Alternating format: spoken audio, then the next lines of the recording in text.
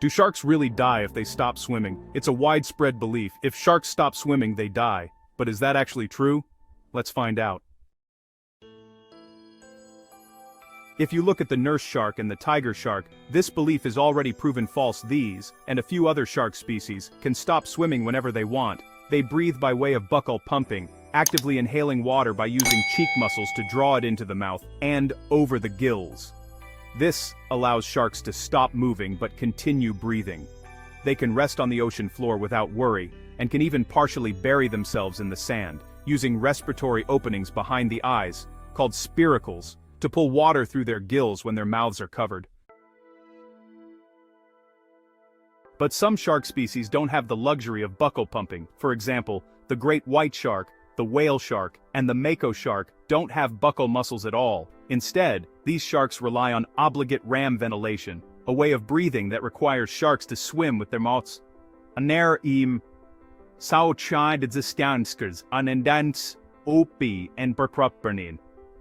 The faster they swim, the more water is pushed through their gills. If they stop swimming, they stop receiving oxygen. They move or die. Other shark species, such as the reef shark, breathe using a combination of buccal pumping and obligate ram ventilation. When swimming slowly, they can use buccal pumping to supplement the amount of oxygen received from ventilation. And if they choose to stop moving for a few minutes, they won't risk their life, though they generally aren't as adept at stillness as sharks that breathe by buccal pumping alone. Of these three ways that sharks breathe, the combination of buccal pumping and obligate ram ventilation is by far the most common. Most kinds of sharks then won't die if they stop swimming. So why do many people think they will? Sharks are often compared to bony fish, a class of fishes that breathe through obligate ram ventilation. Since all bony fish are constant swimmers, many people assume that all sharks are too. Even people who don't make that connection may ask, have you ever seen a sleeping fish? Before we go, here's another myth to be busted. All fish other than sharks die if they stop swimming. In reality, breathing in non-shark fish species is just as varied as it is in shark species. Some fish sleep on the ocean floor just as some sharks do. Maybe people who think otherwise simply haven't visited those fish at bedtime. Why do sharks attack? Despite misleading media reports suggesting that shark attacks are on the rise, such assaults on humans are exceedingly rare, and even more rarely are they fatal. While the number of recorded shark attacks has risen in recent years, the rate per capita has not. Our species is simply undergoing a massive population explosion, so there are more people spending time in the water, especially as aquatic recreation opportunities expand. And, well, that means more of us are being exposed to the risk of an elasmo branch encounter. We're also developing far more effective methods of documenting and cataloging these encounters, which may have been underreported in the past. And maybe most important, we're gaining a greater understanding of why run-ins with sharks, as infrequent as they are, occur in the first place. The oversimplified prevailing wisdom until recently attributed shark attacks on humans to misdirected feeding attempts. That is, we thought that sharks took a bite or two out of humans because they looked like food and, in most cases, decided that they weren't, sometimes fatally for the bather in question. That's not, as it turns out, entirely inaccurate. However, a constellation of other factors accounting for shark attacks has emerged in the wake of intensive study of shark behavior. The image of surfers, arms dangling off their boards, being perceived as seals from below by sharks, has largely been discarded. Sharks have extremely powerful vision, and are, honestly, unlikely to mistake a surfer for a seal. However, in turbid waters, the erratic motion of humans and the contrast between their skin and their attire can confuse sharks. It's thought that especially in shallower waters near shore, where smaller species such as blacktip and spinner sharks may go to feed on schools of smaller fish, many shark encounters occur out of simple confusion.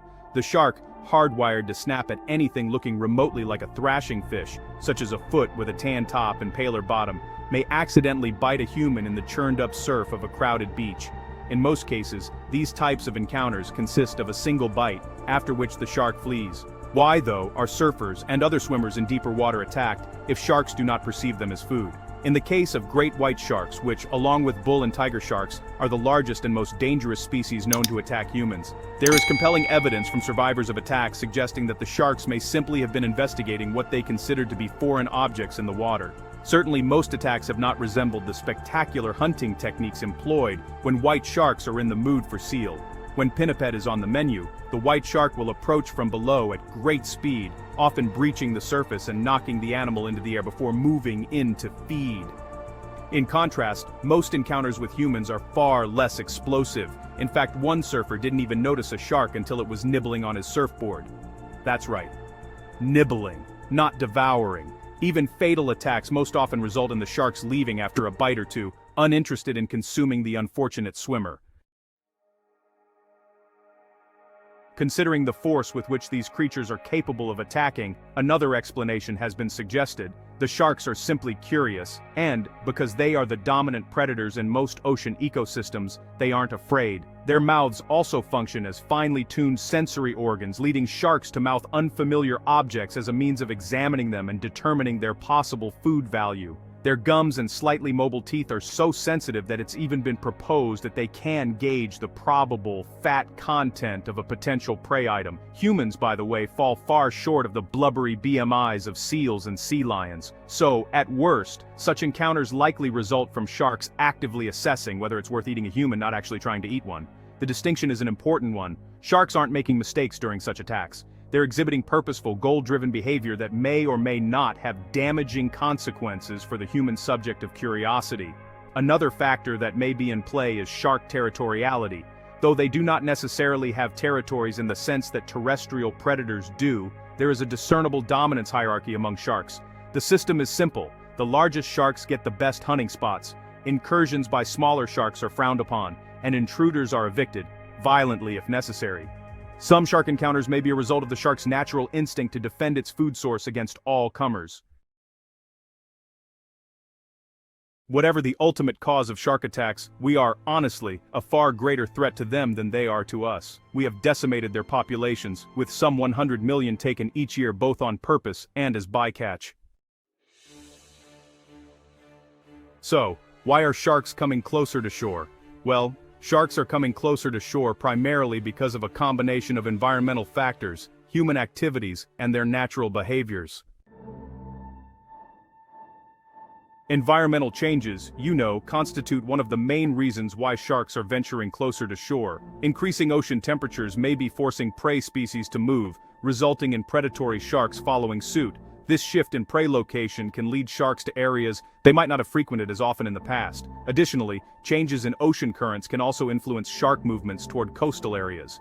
Human activities have also played a significant role in drawing sharks closer to shore. The increase in coastal development and recreational activities means more people are entering the water, which can inadvertently attract sharks. For instance, bait or fish remains left behind from activities such as fishing can linger in the water, thereby attracting sharks. Moreover, the expansion of aquaculture and fish farming near coastal areas can also provide an easy food source for sharks, encouraging them to stay nearby. Although sharks have increasingly been coming near the shore recently, this behavior is innate in some species, particularly those that inhabit shallow waters during breeding or birthing seasons. Nearshore areas provide a safer environment for their young, away from larger predators found in deeper waters. In fact, a 2024 study found that juvenile white sharks tend to gather within 1 kilometer off the Southern California coast, at depths of less than 10 meters. Additionally, certain species are known to hunt in shallower waters, where smaller fish are abundant, leading to more frequent encounters with humans. Do sharks sleep? It is a common misconception that sharks as a species never sleep because they must keep moving to stay alive. Sharks do engage in periods of rest throughout the day, but it is much different from the kind of sleep that other animals engage in. It is true that many types of sharks must keep moving in order to receive life-giving oxygen from the water passing through their gills. These kinds of sharks are known as obligate ram ventilators because they draw water in through their mouths and force it out through their gills. Many sharks use a method called buccal pumping, in which water is pulled in through the mouth and forced out through the gills by the cheek muscles. Other types of sharks are able to remain stationary because they possess special structures called spiracles, which force water through their gills. Some sharks use both spiracles and buccal pumping. If any of these species were to stop swimming because, for example, they were caught in a net, they would ultimately suffocate. Whatever method they use to breathe, sharks are able to engage in periods of deep rest, while still but do not fall asleep in the traditional sense. Their eyes remain perpetually open, and their pupils still monitor the motion of creatures swimming around them. Sharks that are able to rest while stationary include the white-tip reef shark, the Caribbean reef shark, the nurse shark, the wobbegong, and the lemon shark. The great white shark has long been a subject of interest among marine biologists because, honestly, so little is known of its life processes. One big question is, of course, do great white sharks sleep? In 2016, researchers studying great white sharks off Guadalupe Island, near the coast of Mexico's Baja California peninsula, actually learned the answer when they came across a female that appeared to be in a state of slumber. Following her with a robotic submersible, they watched for several minutes as she drifted in shallow water against a strong current, her mouth open so the water passed through her gills, in what appeared to be an almost catatonic state. Why did the megalodon shark go extinct? The megalodon, a giant ancient shark that died out around 2.6 million years ago. Fossil evidence suggests it was found across the planet, and at 60 feet long, it was the biggest shark, in fact, the biggest fish, of all time. But what happened to the megalodon? Why doesn't it exist today?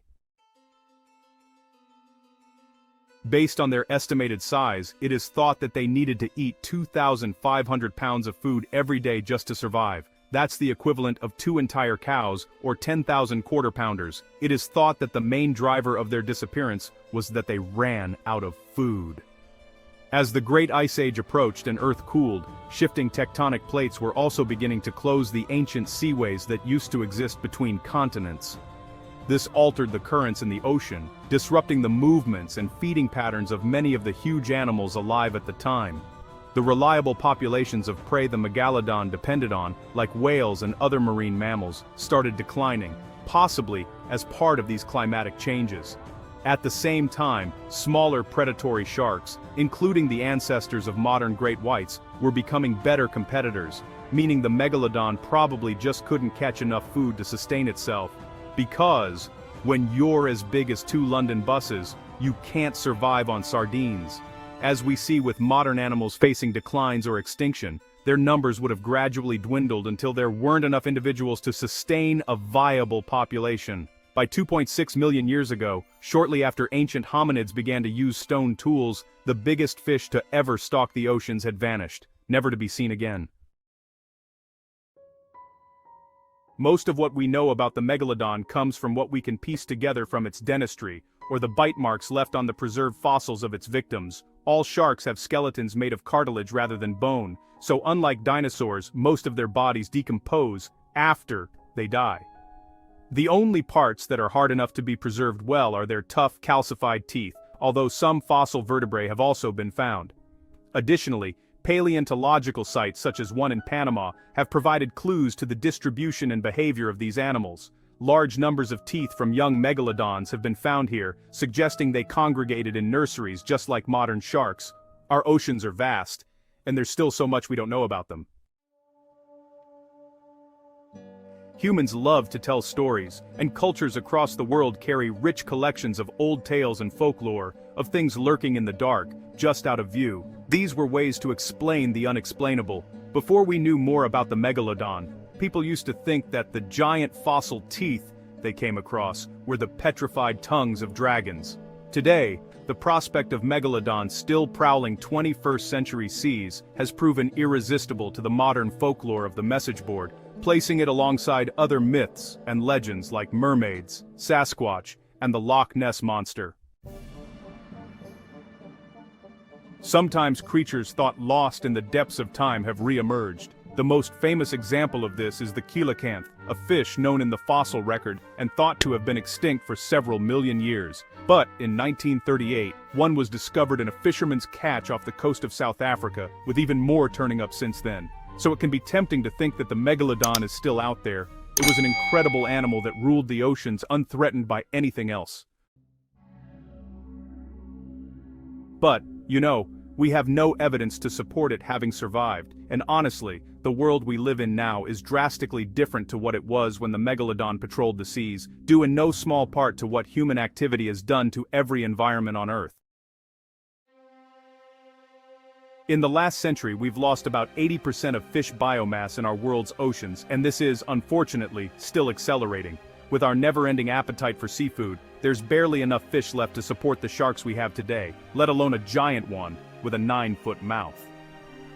Climate change driven by human activity is not only altering ocean temperatures, but their very chemical makeup as well.